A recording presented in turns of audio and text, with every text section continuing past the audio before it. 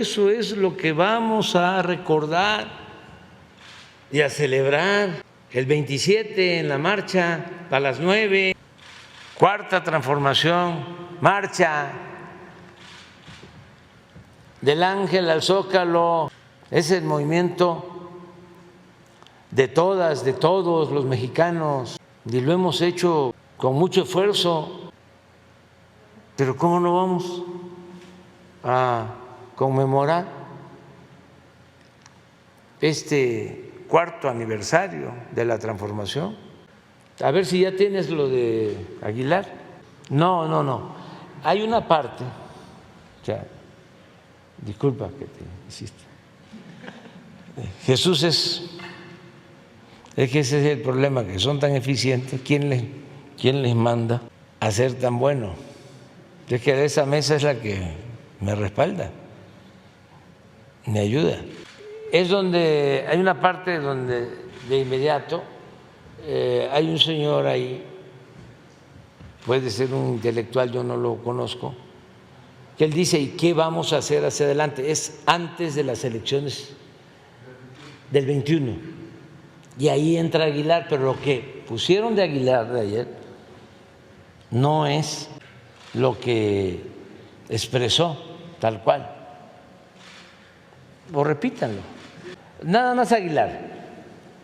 Mire, hay... Sí. A ver. Bienvenido, Héctor. Si quieres ¿oíste, Héctor, lo que dije hace rato? No habías entrado, ¿verdad? No había entrado, Rudy, pero sí Déjame hacer. ¿Cómo dice? ¿Qué quiere hacer? ¿Qué vamos a hacer? Eso es, ahí es. ¿Qué vamos a hacer?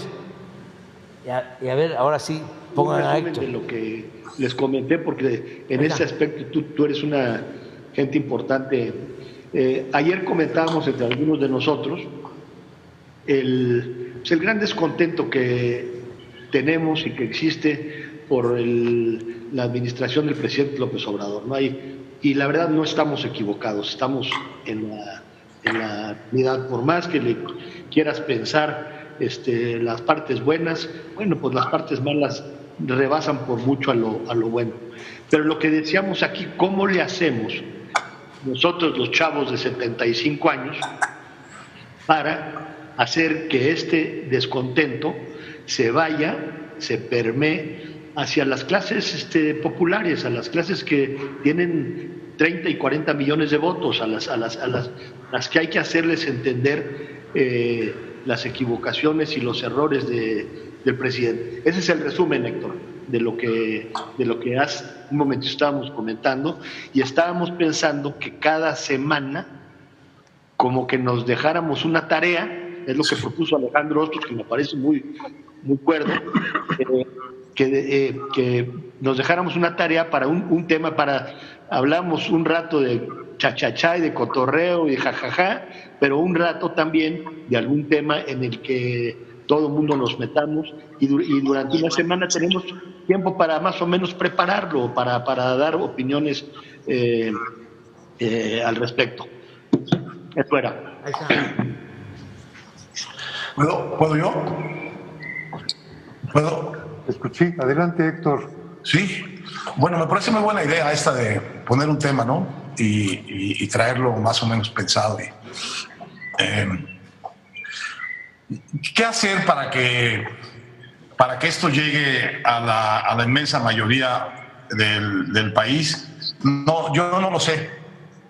Lo que sí sé es esto, que este gobierno tiene totalmente perdido el pleito en lo que durante la época de Fox se llamaba el círculo rojo. Lo tiene totalmente perdido. A ver, párale. Es interesante eso. Este gobierno tiene perdido lo que antes se llamaba círculo rojo.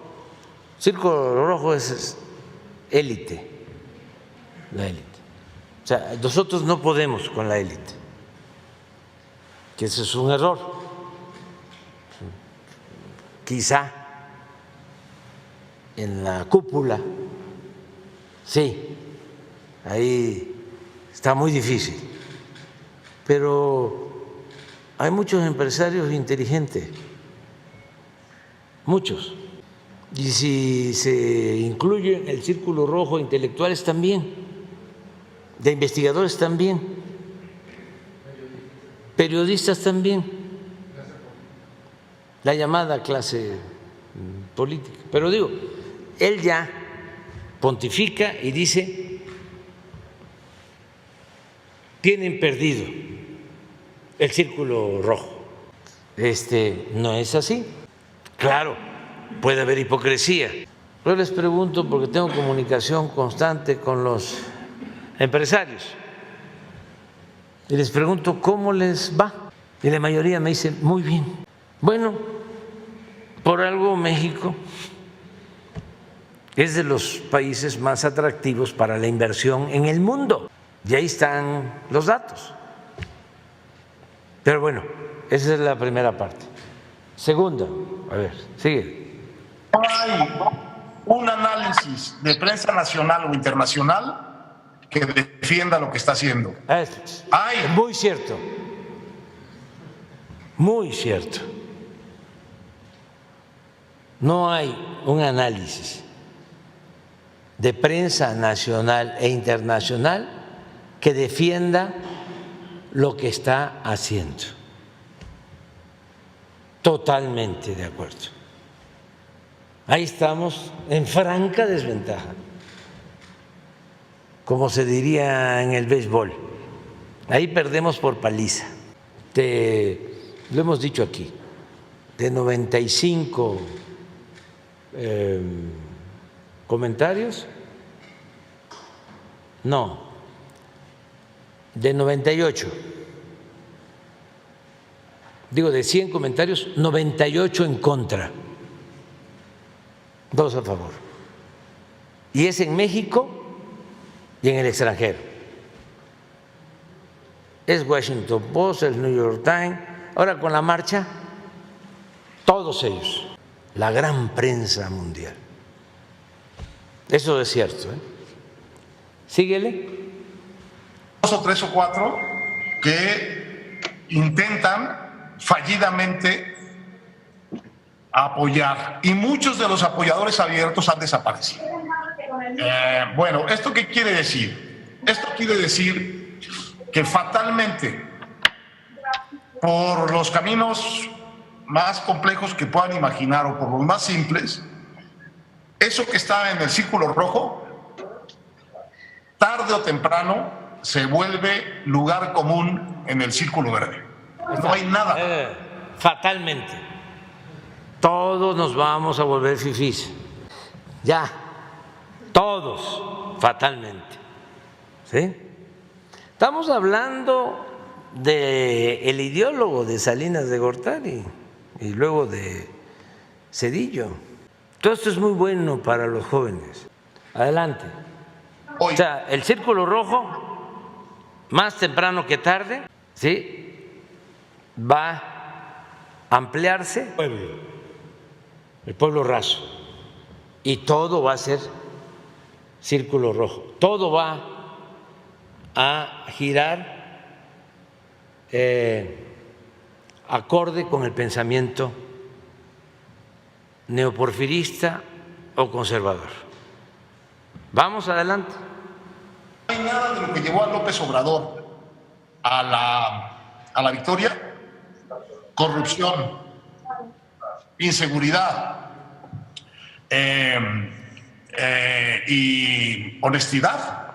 Nada que no hubiera sido unas cuantas presencias en el círculo rojo que se fueron profundizando a partir de Calderón con la violencia, a partir de Peña con la corrupción. Primero fueron las críticas en el círculo rojo y luego eso se volvió un lugar común para todo el mundo.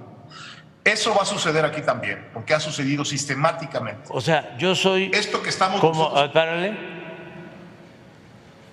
soy como Calderón y como Peña, ¿no? Entonces, como con Calderón y Peña había corrupción, se empezó a expresar en el círculo rojo, ¿sí?, y luego eso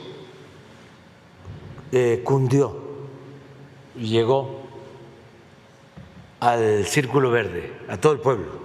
Y eso es lo que va a pasar, según él, con nosotros. Adelante. Viviendo esto que está pensando y viviendo Reforma, esto que está pensando y viendo la gente pensante del país, las calificadoras, los analistas económicos, la los gente pensante, el Reforma, la gente pensante del país, las calificadoras, claro, organismos financieros internacionales. Síguele. Esto se va a volver parte de la visión común de los mexicanos. Se va a generalizar la crisis. ¿Cuánto tiempo va a tardar esto? Bueno, no lo sabemos, pero es muy posible, es bastante seguro incluso, que esta crisis brutal que viene vaya a acelerar eso. Lo vaya a acelerar de una manera extraordinaria, en el sentido de que va a haber una enorme cantidad de gente necesitando cosas del gobierno sin que el gobierno voltee a verlas. Lo estamos viendo ya. El gobierno no voltea a ver a los que han perdido empleo e ingreso en estos 2 meses. Está viendo solo a sus clientelas que ya tenían su dinerito que les da. ¿Quién sabe cuánto les da y cuánto les llega? Pero a los únicos que ve es ahí. Y ahí está el pronóstico, ¿no? No va a tardar. ¿Esto cuándo fue? Esto fue como a finales del 20. Sí.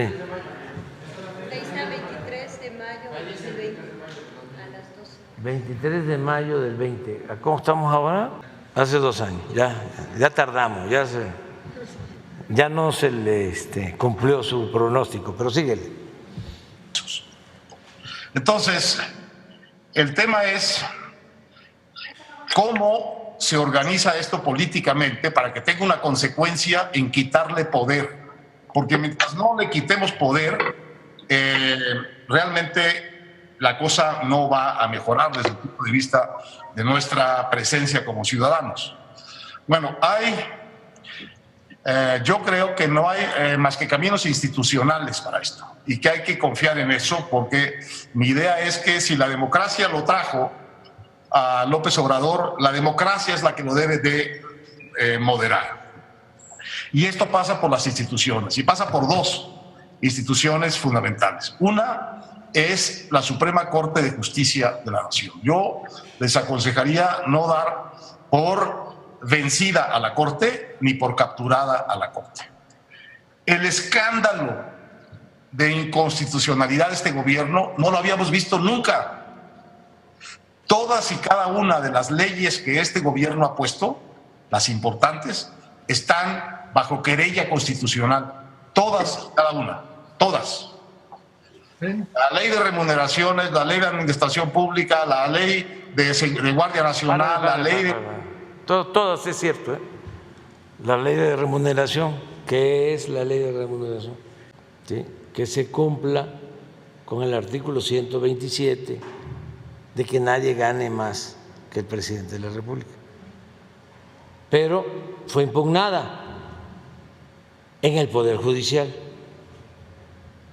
y hubo amparos, y por eso hay quienes ganan más que el presidente.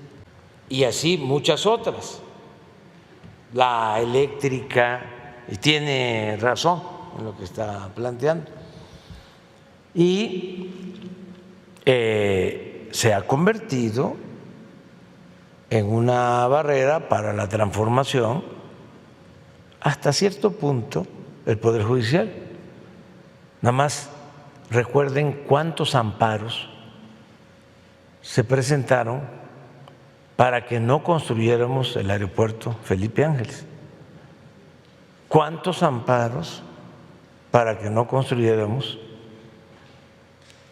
el Tren Maya? ¿Cuántos amparos para que la Guardia Nacional no se constituya ni dependa de las Fuerzas Armadas?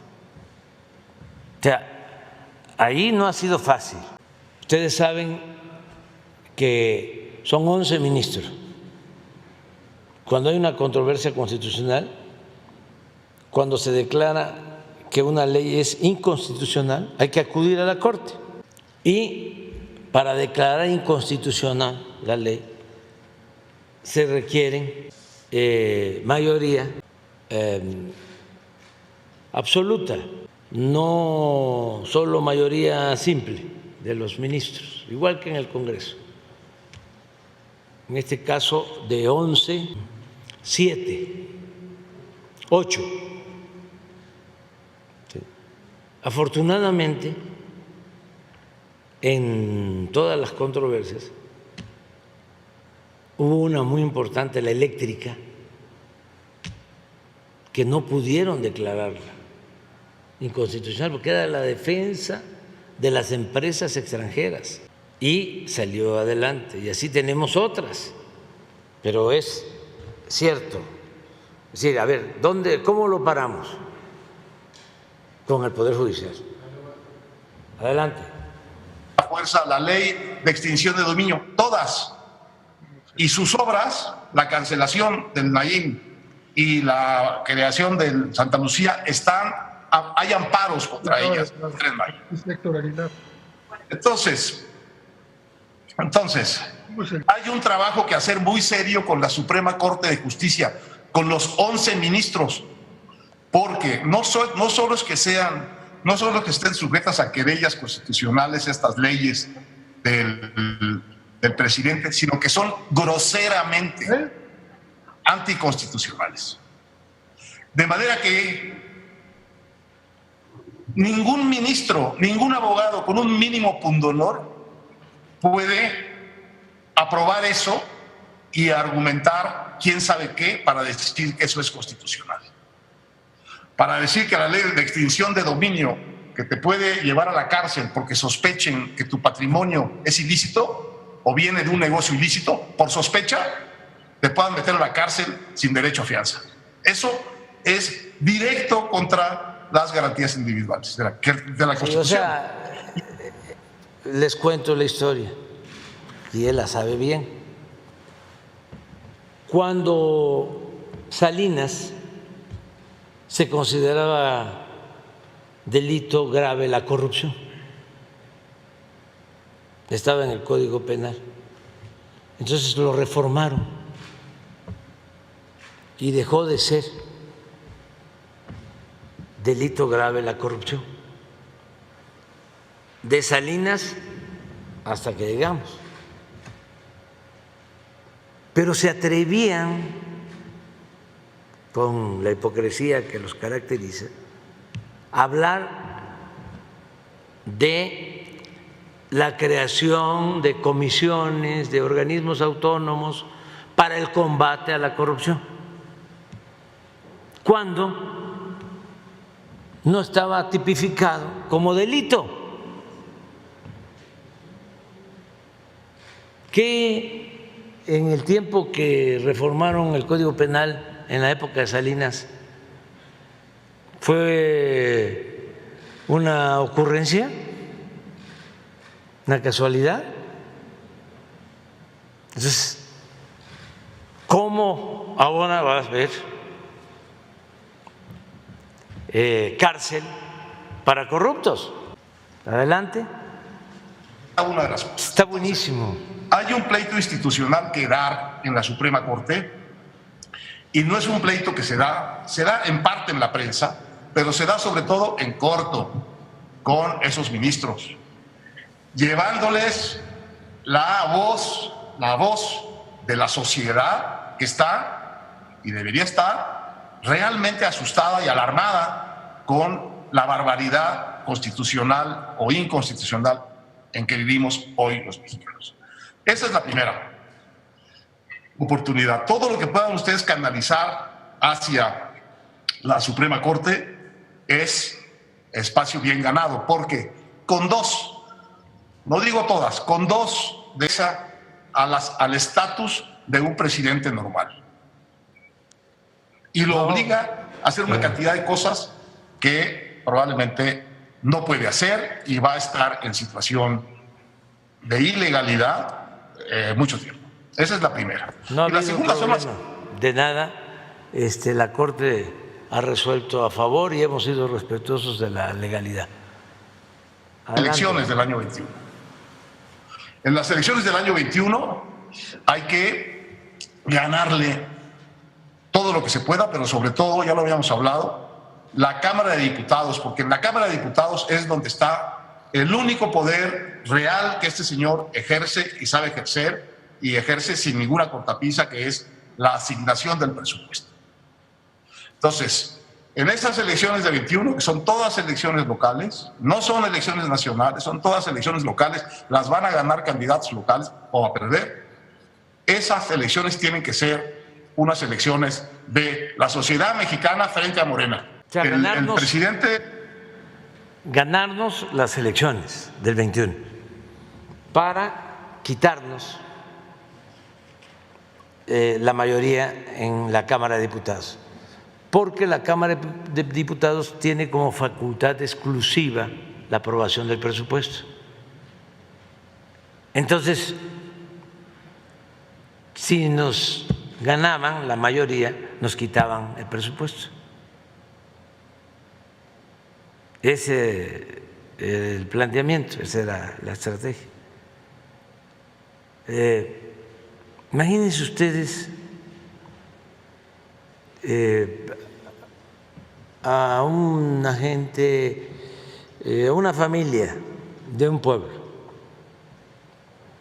que le está llegando lo que antes no recibía, porque estos se robaban el presupuesto.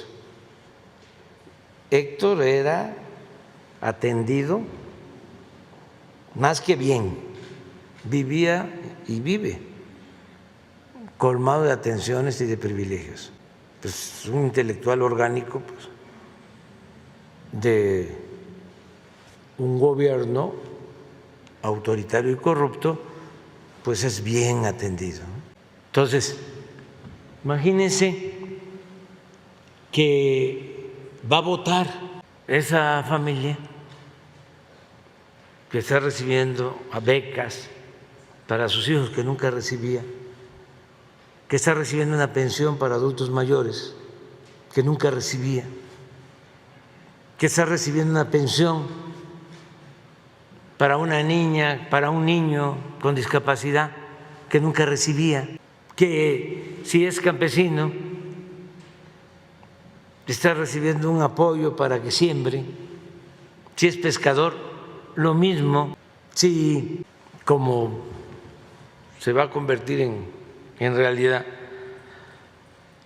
si es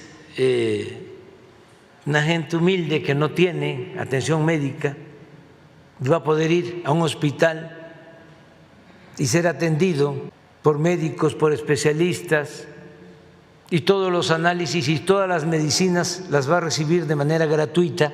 ¿Qué les daban al pueblo? Nada. Solo volteaban a ver al pueblo cuando ven elecciones y repartían migajas. Pero estos están pensando que el pueblo es tonto. No, tonto es el que piensa que el pueblo es tonto, con todo respeto. Ahora en el festejo voy a dar a conocer datos. Hay 35 millones de hogares en México, les adelanto uno, y en 30 millones llega cuando menos un apoyo o una porción del presupuesto nacional. ¿Cuándo sucedía eso? De 35 millones a 30 millones de hogares. Y los 5 millones que faltan, también de manera indirecta se apoyan, porque hay más empleo que nunca, ya ha aumentado el salario más que nunca, ya ha llegado inversión extranjera más que nunca, y el promedio de salario es el más alto como nunca. Y en el concierto de las naciones, México está en primer lugar entre los países con más apreciación de su moneda. con relación a Estados Unidos, lo que no se veía en 50 años. Entonces, de que se requiere quitarnos el Congreso para cambiar la política y que de nuevo los bienes de la nación, de todos, pasen a las minorías nacionales o extranjeras, o que el presupuesto también sirva para beneficio de las minorías o para cooptar a intelectuales y a periodistas, aplaudidores, alcahuetes del régimen de corrupción. ¿La gente va a querer cambiar? No, pero ya se probó, porque él hizo una apuesta de que íbamos a perder la mayoría en el Congreso en el 21. Síguele. El Salvador está en una aceleración muy impresionante de sus decisiones respecto de su proyecto. Y cada vez vemos más claramente que su proyecto es realmente un proyecto, como dice uno de sus colaboradores cercanos, que no es un proyecto de transformación, es un proyecto de revolución. Entonces él quiere borrarlo todo y empezar de nuevo. Eso es un delirio, eso es imposible hacerlo ni a balazos. Ni las revoluciones violentas que han destruido un Estado han podido cambiarlo todo.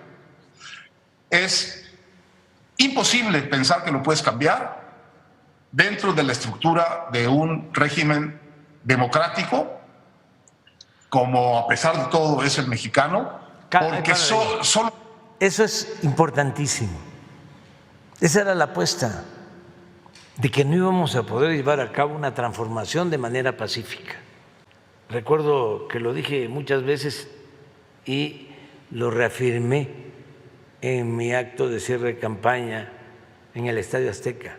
Dije, esta va a ser una transformación como la independencia, como la reforma, como la revolución, nada más que pacífica, pero igual de profunda como fueron esas transformaciones, porque vamos a arrancar de raíz el régimen de corrupción, de injusticias y de privilegios, de manera pacífica. Y eso es lo que estamos logrando. Por eso, ¿cómo no vamos a celebrar el 4º año? Porque para él ni a balazos. No, si no se necesitan los balazos ni la violencia. Este es un movimiento que ha sido, es y seguirá siendo pacífico. ¿Y dónde está la fuerza? En el pueblo. Si se cree de que el pueblo no cuenta, pero que además es irracional, no, pues entonces se llega a esa conclusión. Pero si se le tiene amor al pueblo y se le tiene confianza al pueblo y se sostiene, aunque les moleste mucho, de que el pueblo es sabio, porque los sabios son ellos en su concepción, pues claro que se puede transformar. Y si se agrega que vivimos en un país heredero de grandes civilizaciones y culturas y creemos en eso, no estamos pensando que son mejores los de afuera, que es mejor lo universal que lo nuestro. Nosotros estamos equilibrando lo universal con lo nuestro. Se está dando ese injerto. Nada más que, como decía Martí, vamos a traer lo universal, pero el tronco debe ser el nuestro. Y con la historia que tenemos y las enseñanzas, ¿en dónde vamos a buscar experiencias, a extrapolar experiencias? Si aquí las tenemos, pero vamos adelante. Te aguantas, ¿eh? Porque es muy bueno esto. La gente tiene mucho poder, no se puede, eso es imposible. y conduce a decisiones tan estúpidas como las que hemos visto tomar recientemente, de ir cancelando inversiones ya hechas, pues en cervezas, sí, pero también en energía eléctrica. Y no quería que se cancelara la planta de cerveza de Mexicali. Y no es que es demócrata. Se hizo una consulta en Mexicali y la gente dijo no, porque no hay agua y la cerveza que iba a utilizar el agua de Mexicali era para exportación, toda la cerveza para exportación. Somos el país del mundo, esta es información general, que más exporta cerveza, y tenemos regiones en donde no hay agua. ¿Y qué es más que nada la cerveza? Agua. Entonces, adelante. De que ahora, ¿qué es lo que vamos a hacer con los ricos? Bueno, espero que los ricos entiendan ya, a partir de este tonito y de estas decisiones, que la respuesta que dan las revoluciones a la pregunta ¿qué vamos a hacer con los ricos? Es muy simple y es siempre igual en todas. En la Revolución Francesa, en la soviética, en la china, en la mexicana, en todas. Primero los usas, luego los expropias y luego los desapareces. Ahí está. A ver, repites. Es buenísima. Fíjense la fórmula que se aplica en todos lados. ¿Qué hacemos con los ricos? A ver. Y luego los desapareces. No, antes. La Revolución Francesa, en la soviética, en la china, en la mexicana, en todas. Primero los usas. Los usas. Luego los expropias. Los expropias. Y luego los desapareces. Y luego los desapareces. Eso es lo que hacen las revoluciones con los ricos.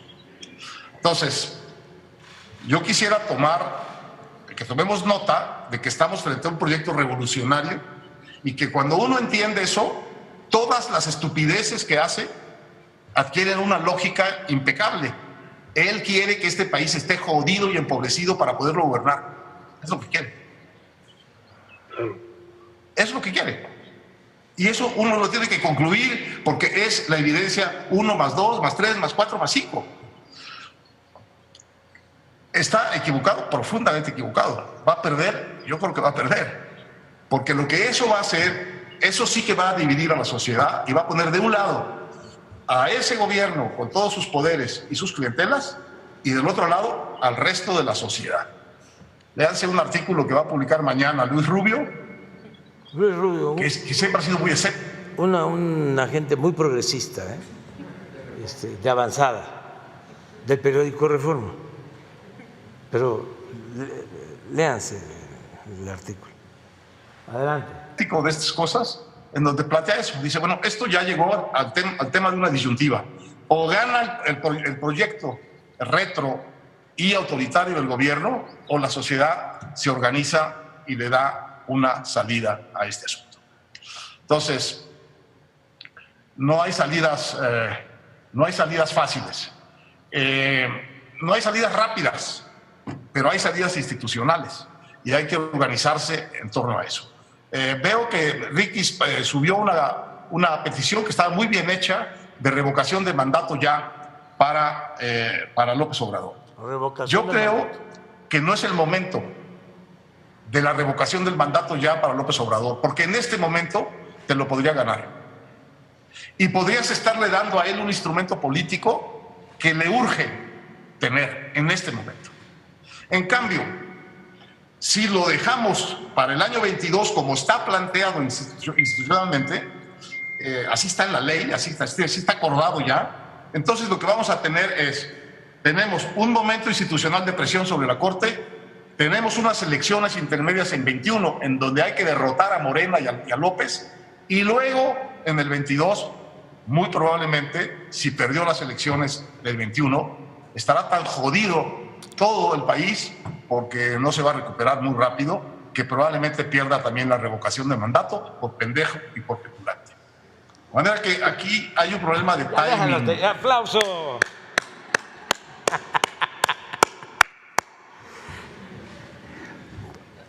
A eso es que se refieren, o sea, porque esa es su estrategia de ellos. Yo no estoy pensando, desde luego, en la reelección. Yo me retiro, me jubilo a finales de septiembre, pero sí me importa mucho México, mucho, mucho, mucho, y me importa mucho también el que continúe el proyecto de transformación, que no haya retrocesos, que no regresen estos, porque son muy corruptos, saqueadores, y además le tienen un profundo desprecio al pueblo. Entonces, es una simple recomendación para cualquier partido. Si van a apoyar al presidente, a la presidenta, candidata, candidato de cualquier partido, piensen también que en un verdadero sistema democrático existe el poder legislativo y existe el poder judicial, no solo el ejecutivo como era antes, de que el poder de los poderes era el ejecutivo. Entonces, sí se necesita, cuando se vaya a votar por cualquier partido, por cualquier coalición, si lo que se busca es llevar a cabo un proyecto, el que sea, que no se olviden que ese proyecto puede transitar si cuenta con el apoyo del Congreso y también del Poder Judicial. Si no es así, es dejar, como ellos lo planearon en el periodo neoliberal o neoporfirista, al presidente como un florero, como adorno, un empleado de la oligarquía, que no le va a cobrar impuestos a los potentados, a las corporaciones, que le va a cobrar el impuesto al pueblo, en donde van a seguir manteniéndose los privilegios y van a seguir profundizando las desigualdades. Unos cuantos, una minoría, con todos los privilegios, con toda la acumulación posible del capital, de la riqueza, de una mayoría cada vez más pobre. Entonces, ¿qué se requiere? La transformación. ¿Y qué es la transformación? Pues tener un gobierno que garantice las libertades, que haga valer la democracia. ¿Qué es la democracia? Lo hemos dicho miles de veces, pero esa no es la concepción de ellos. Demos es pueblo, Kratos es poder, es el poder del pueblo. No, para ellos es kratos sin demos, poder sin pueblo. Y la distribución del ingreso, la distribución de la riqueza. ¿Cómo vamos a vivir en un país con tanta necesidad, con tanta pobreza? Además, de manera injustificada, solo por la corrupción. ¿Y por qué de manera injustificada? Porque México es uno de los países con más recursos naturales del mundo. Nada más que por la corrupción, en vez de avanzar, se retrocedía y se beneficiaban unos cuantos. Una mafia de poder. Tenían tomado el gobierno. Decía Tolstoy, un gobierno que no procura la justicia, decía, un Estado que no procura la justicia, no es más que una banda de malhechores. Y esos son los que quieren regresar. Nosotros también queremos regresar, pero lo que se robaron, que regresen lo que se robaron.